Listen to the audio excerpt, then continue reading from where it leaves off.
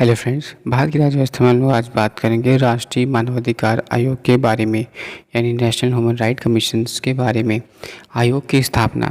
राष्ट्रीय मानवाधिकार आयोग एक संवैधानिक निकाय है। इसका गठन संसद में पारित अधिनियम के अंतर्गत हुआ था, जिसका नाम था मानवाधिकार संरक्षण अधिनियम 1993। 2006 में इस अधिनियम को संशोधित किया गया।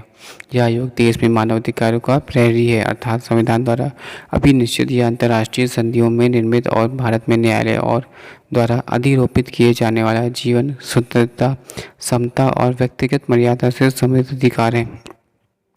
आयोग की स्थापना के मुख्य उद्देश्य इस प्रकार हैं: उन संस्थागत व्यवस्थाओं को मजबूत करना जिसके द्वारा मानवाधिकार के मुद्दों को पूर्ण रूप से समाधान किया जा सके। अधिकारियों के अतिक्रमण को सरकार से स्वतंत्र रूप में इस तरह से देखना ताकि सरकार को ध्यान उसके द्वारा मानवाधिकारों की रक्षा से प्रतिबद्धता पर केंद्रित किया जा सके। तीसरा, इस दिशा में किए गए प्रयासों को पूर्ण व सशक्त बनाना। आयोग की संरचना।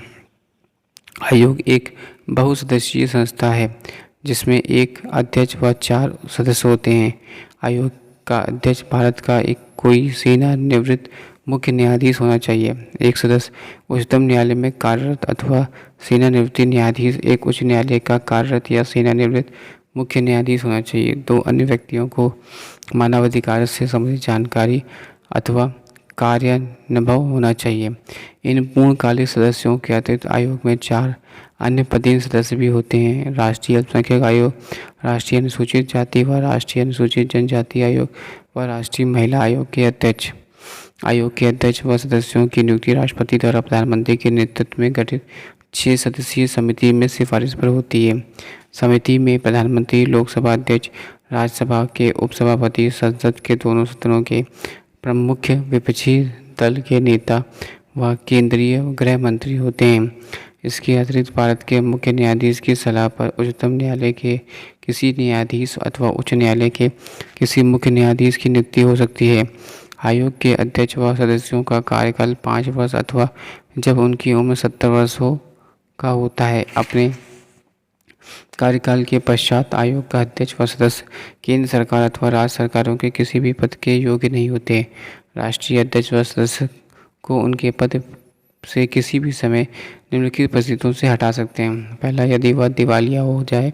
दूसरा, यदि वह अपने कार्यकाल के दौरान अपने कार्य क्षेत्र से बाहर से किसी प्रदत्त रोजगार में संलिप्त होता है या बाहर से किसी प्रदत्त रोजगार में शामिल होता है या तीसरा, यदि वह मानसिक व शारीरिक कारणों से कार्य करने में असमर्थ हो। चौथा, यदि वह मानसिक रूप से अस्वस्थ हो तथा सक्षम न्यायालय ऐसी घोषणा करे। यदि वह न्यायालय द्वारा किसी अपराध या दोषी की सजायाफ्ता हो। इसके अतिरिक्त राष्ट्रपति अध्यक्ष तथा किसी भी सदस्य को उसके दुराचरण या अक्षमता के कारण भी पद से हटा सकता है। हालांकि इस स्थिति में राष्ट्रपति इस विषय को उच्चतम न्यायालय में जांच के लिए सौंपेगा। यदि जांच के उपरांत उच्चतम न्यायालय इन आरोपों को सही पाता है तो उसकी सलाह पर राष्ट्रपति इन सदस्यों व अध्यक्ष को उनके पद से हटा सकता है। आयोग के अध्यक्ष व सदस्यों के वेतन, भत्तों व अन्य सेवा शर्तों का निर्धारण केंद्रीय सरकार द्वारा किया जाता है, परंतु नियुक्ति के उपरांत उनमें अलाभकारी परिवर्तन नहीं किए जा सकते। उपरोक्त सभी उपबंधों का उद्देश्य आयोग की कार्यशैली को स्वायत्तता, स्वाधीनता और निष्पक्षता प्रदान करना है। आयोग के कार्य: मानवाधिकारों के उल्लंघन की जांच करना अथवा किसी लोक सेवक के समक्ष प्रस्तुत मानवाधिकार उल्लंघन की प्रार्थना जिसकी कि वह अवहेलना करता हो कि वह जांच स्वप्रेरणा या न्यायालय के आदेश से करना। दूसरा, न्यायालय से लंबित किसी मानवाधिकार से संबंधित कार्यवाही में हस्तक्षेप करना। तीसरा, जेलों व बंदरगाहों में जाकर वहाँ की स्थिति का अध्ययन करना व इस बारे में सिफारिश करना है। मानवाधिकार की रक्षा हेतु बनाए गए संवैधानिक व विवेक उपबंधों की समीक्षा करना और इनके प्रभावी कार्यान्वयन हेतु उपायों की सिफारिश करना है। आतंकवाद सहित उन सभी कारणों की समीक्षा करना जिनसे मानवाधिकारों का उल्लंघन होता है तथा उनमें बचाव के कार्य उपायों को सिफारिश करना।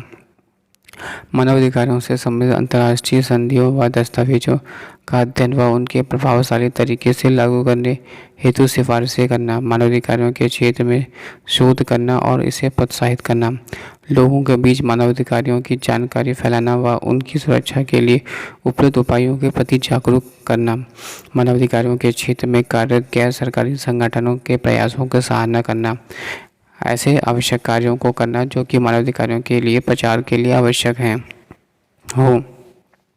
आयोग की कार्यप्रणाली। आयोग का प्रधान कार्यालय दिल्ली में स्थित है तथा वह भारत में अन्य स्थानों पर भी सभी पे भी अपने कार्यालय खोल सकता है। आयोग की अपनी कार्यप्रणाली है तथा यह वह करने के लिए अधिकृत है। आयोग के पास सिविल न्यायालय जैसे सभी अधिकार व शक्तियाँ हैं तथा इसका चरित्र भी न्यायिक है। आयोग केंद्र अथवा राज्य सरकार से किसी भी जानकारी को अथवा रिपोर्ट को मंगवा सकता है या मांग सकता है। आयोग के पास मानवाधिकारों के उल्लंघन से संबंधित शिकायतों की जांच हेतु एक स्वयं का जांच दल है। इसके अतिरिक्त आयोग केंद्र तथा राज्य सरकारों के किसी भी अधिकारी या जांच एजेंसी की सेवाएं ले सकता है। आयोग व गैर सरकारी संगठनों के बीच एक प्रभावशाली सहभागिता है जो कि प्रथम दृष्टया मानवाधिकार उल्लंघन की सूचना प्राप्ति में सहायक है। आयोग ऐसे किसी मामले की जांच के लिए अधिकृत नहीं है जिसे घटित 1 वर्ष से अधिक हो गया हो।